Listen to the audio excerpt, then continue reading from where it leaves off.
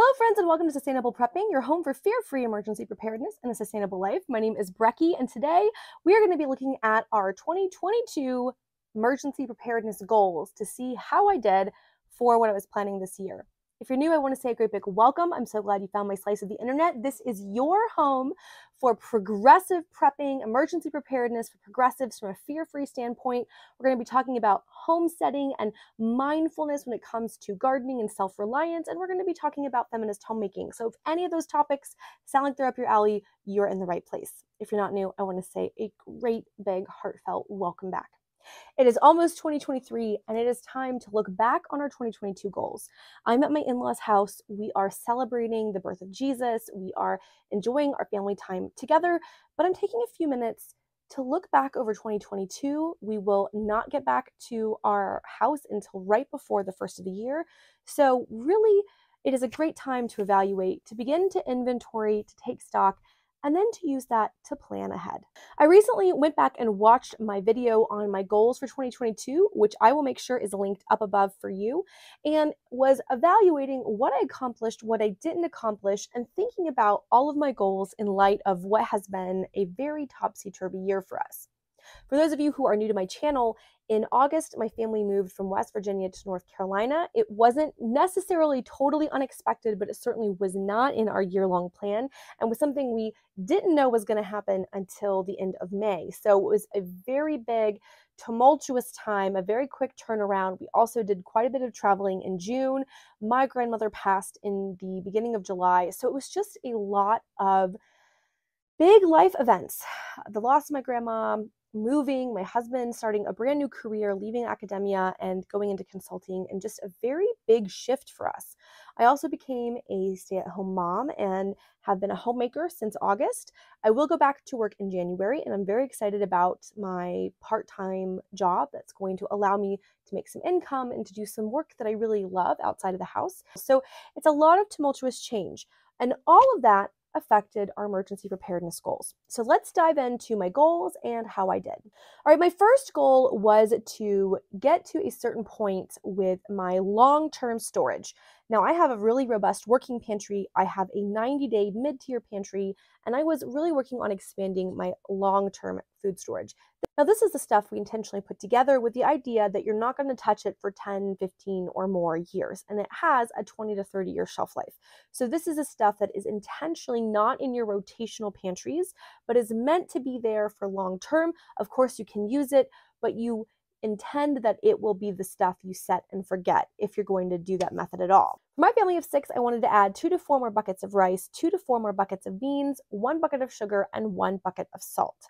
I got about a half star on this, okay? I got this half completed.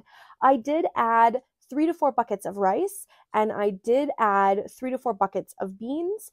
I say 3 to 4 because 1 bucket of rice we ended up cracking into, and 1 container of beans is actually a bunch of lentils that are in smaller container bags that I'm going to be repurposing and actually putting into a different context. But we did actually meet that goal. So 50%, we got that done. However, I did not complete a long-term storage bucket of sugar, though I do have a working bucket of sugar, and I did not complete a long-term bucket of salt, though I do have quite a lot of salt in my pantries. So I will not give myself credit for that because they are not designated for long-term. They are designated for short and mid-tier use. So 50% on that one. Now, the sugar and the salt is actually something I can very easily do. It is on my list of things to do. I'm not going to put it as a goal because it's something I do plan on knocking out pretty quickly. And honestly, it is because during our big move, I totally and completely forgot to do it. It was on my list. I did the rice, I did the beans and lentils, and then I forgot to do the salt and sugar. So 50% on goal 1. My second goal was to take a CPR and first aid course. I did not do this at all. I had planned to do it in the late summer, early fall, and we moved. So I completely didn't do it, and I didn't even look at courses. Actually, I did look at courses, and none of them were at times that I could attend when we first moved to North Carolina. So did not achieve that one. Definitely 0% on goal number 2. Goal number 3 was to cook 60% of our meals from scratch. And starting in August, I definitely achieved this. Now, the one caveat I gave was I didn't count snacks. So things like Cheez-Its, I didn't count that in the category. And even if we counted snacks, I think we got right at about 60% of the food we ate came from scratch. So I feel really good about that. I would like to level up my bread making game. I would like to level up my freezer cooking and food meal prep game. That's still something I was not as on top of as I would want to be. And a lot of that is getting into better routines. I know that those routines are key. I've made a whole video about it. You can check the routines video here. But I would say that this one we definitely got to. I feel very comfortable and confident in the fact that we met that goal, and we actually kind of overachieved that goal if you take out the snack situation. So loving that we were able to get to 60% of from scratch cooking and home eating. We don't eat out a lot, so I feel really good about that, and that is a win. My fourth and final goal was to do monthly engagement and collab videos. And that was supposed to look like collaborating with other content creators to do collaboration videos every month and to do a live stream every month. And I did not do this at all.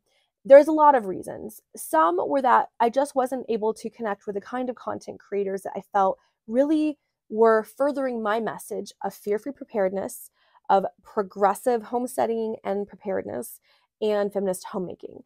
I wasn't finding those creators. And then with the move, I didn't have the bandwidth to add in things like live streams and continuing to search for those creators.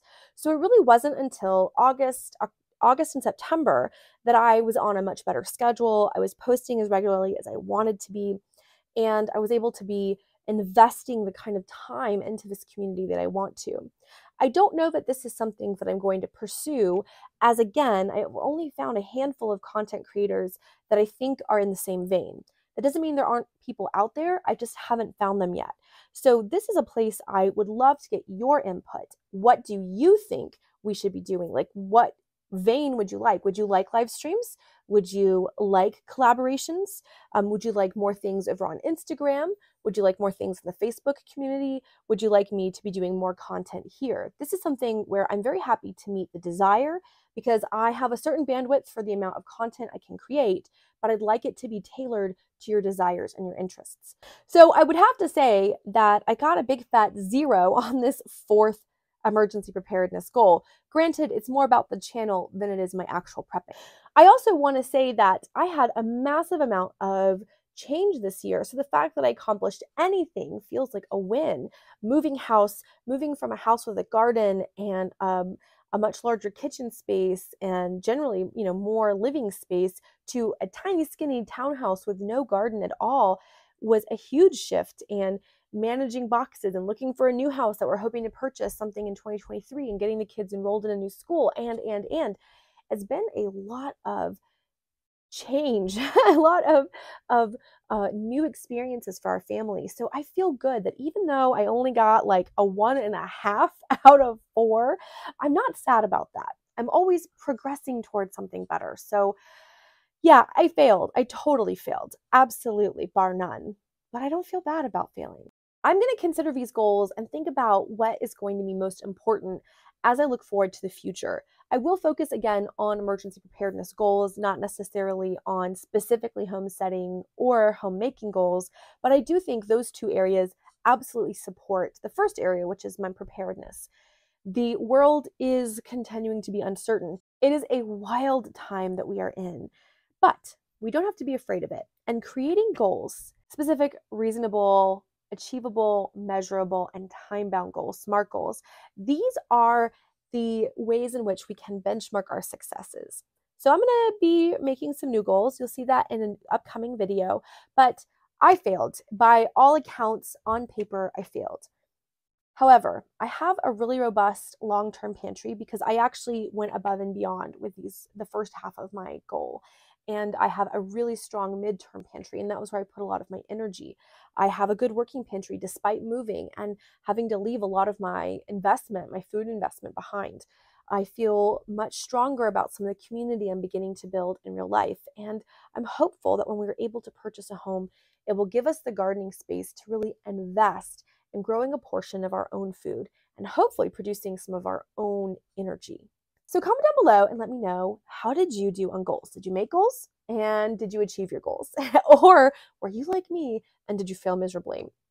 If you want to keep the conversation going, you can find me, as always, over on Instagram at sustainable_prepping and over in the Facebook group. I really hope that we can keep talking. If you liked this video, please remember to smash the like button for me and subscribe to the channel. And y'all, think about your goals. Let's talk about them. Let's be encouraging. Let's brainstorm some good ones. And until the next video, happy prepping.